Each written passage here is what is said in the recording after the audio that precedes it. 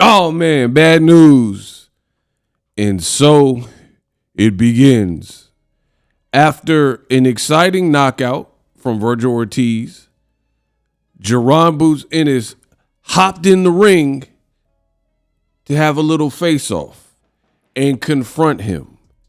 So for the first time, boxing fans were in for a treat and able to see the size up, the two fighters face off. Now I have some bad news for you all in the world of boxing that we're looking forward to Vergil Ortiz, Jaron Boots Ennis possibly happening next. So in this video, I'm going to break down who said what. Spoiler alert, it's from the Vergil Ortiz side. What up, Fight World? It's your boy Ego, and I'm back with some more boxing. Now, some people get mad when I toot my own horn, but damn, I'm good. I can't help it. I don't want anything that is not mine, anything that I did not work for. I don't want a penny more, but I don't want a penny less. If I did it, then y'all just got to give me credit for it. If I'm wrong, then I'll have to admit that I'm wrong. That's how I operate. And I made a video. You could check the video, look at the date, look at the timestamps, all that. And right after the Vergil Ortiz fight, I gave him props for knocking out Lubin, even though I don't think Lubin was in his prime. He did it impressively, 2 rounds, took out a name, and you move on to the next order of business. I'm not mad at that. I also previewed and talked about the face-off between Jaron Ennis and Vergil Ortiz, a fight I want to see, one of the best fights that could be made in boxing. Now, without further ado, I'm just going to jump into the mix, but follow me at BOXINGEGO1. It is not looking good. I told you in that video not to get hyped up because I had doubts coming from the Vergil Ortiz side about this fight happening. Basically, things that I was hearing leading up to this from Team Ortiz, it just didn't sound right for me. So I stated in my video that I don't know. I'm not going to hold my breath for this fight because it looks like politics could get in the way. Less than 24 hours after that video has been published on my channel, we get this. Team Ortiz, by way of his manager, Rick Mirigan or whatnot, right? He comes out with this post. And it says, my graphic says, after heated face-off, Vergil Ortiz's manager suggesting that Ortiz fight Errol Spence Jr., not Jaron Boots Ennis next. Day? Wait a minute now. Uh-oh. Wait a minute now. In the words of Nelly, what? Where did Errol Spence come up in this? And I got the proof. Boom. This is Vergil Ortiz's manager. Remember, if you watch the face-off again, Jaron Boots Ennis, he said Vergil Ortiz, he was like, yo, manager talking crazy. Oscar De La Hoya talking crazy. I'm going to make you pay. That's what Jaron Ennis said. He said, I'm going to make you pay for their sins. I'm going to make you pay for what they've been saying. This is who he was talking about, right? Now, randomly, this morning, I looked at this. I think Vergil Ortiz versus Errol Spence Jr. at Cowboy Stadium, the biggest all-Texas matchup in history. What are we talking about? And Charlo versus Jaron Boots Ennis as the co-main, and then the winners fight each other, just might be fire. It makes sense. Charlo and Boots both turned Ortiz down. Now you're doing too much, buddy. You're doing too much because let's say that's true. I don't know. Let's say Charlo and Boots turned it down. I don't know the particulars. I don't know the offer.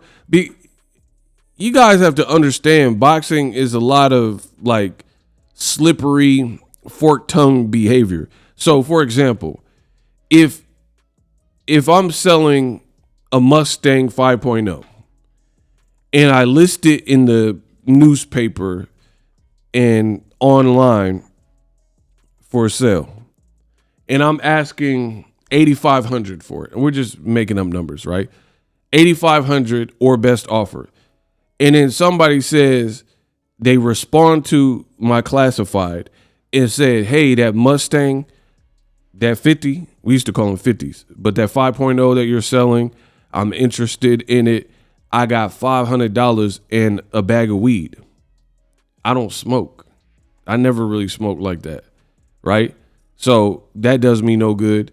And then $500 for a Mustang that's in pristine condition is a no-go, right?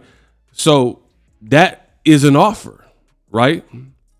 It's an offer, but it's not an offer that is reasonable for one to take, right? So a lot of people don't put context. You're like, Charlo and Boots turned down the offer. Maybe Boots had the Lima fight already signed. Maybe Charlo, I don't know, maybe his kid had a baptism. I don't know what was going on. So it's not just cut and dry.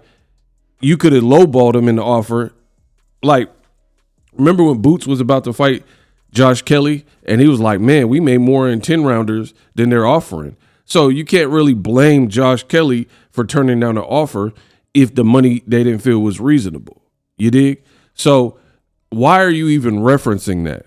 Right? That's one question.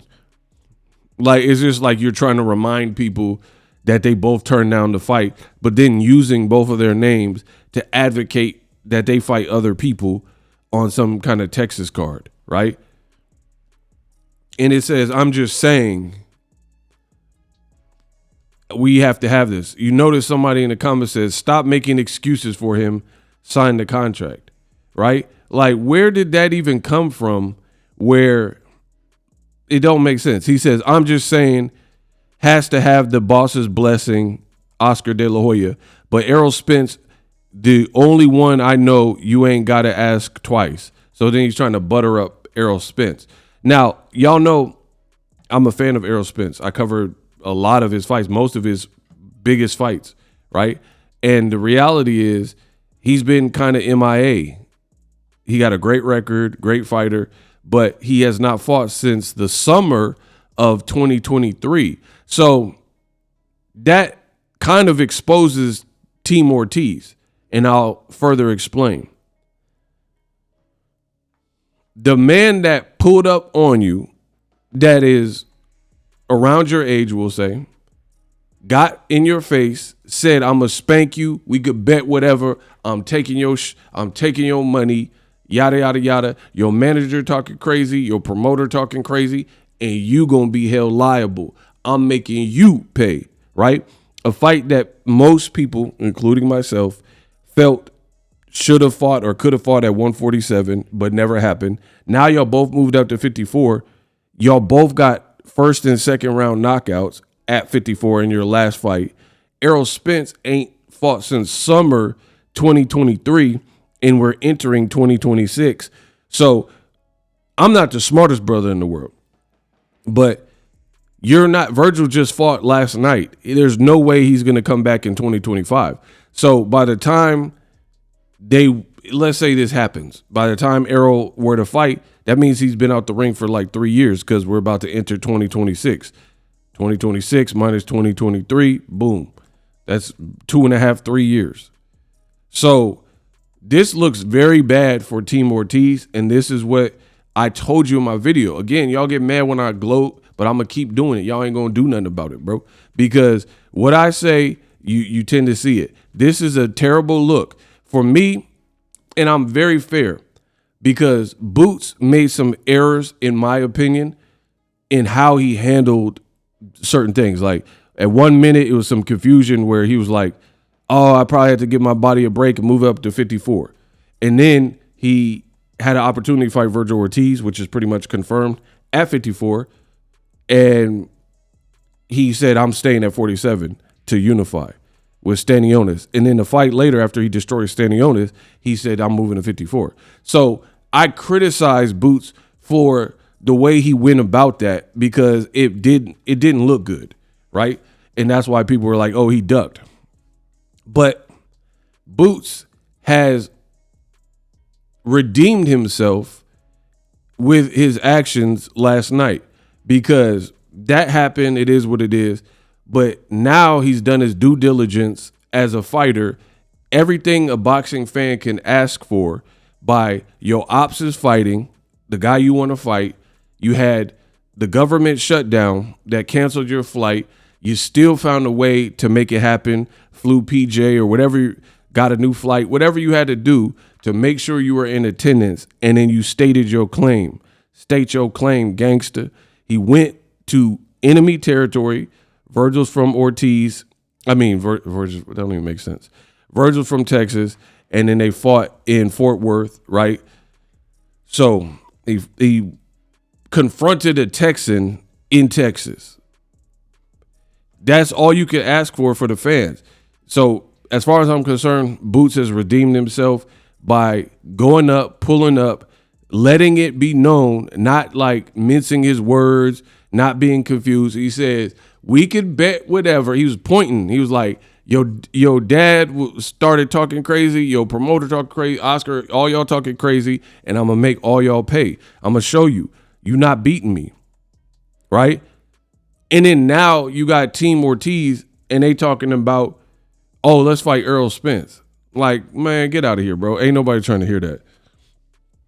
Because just like I predicted in my video, what was the point?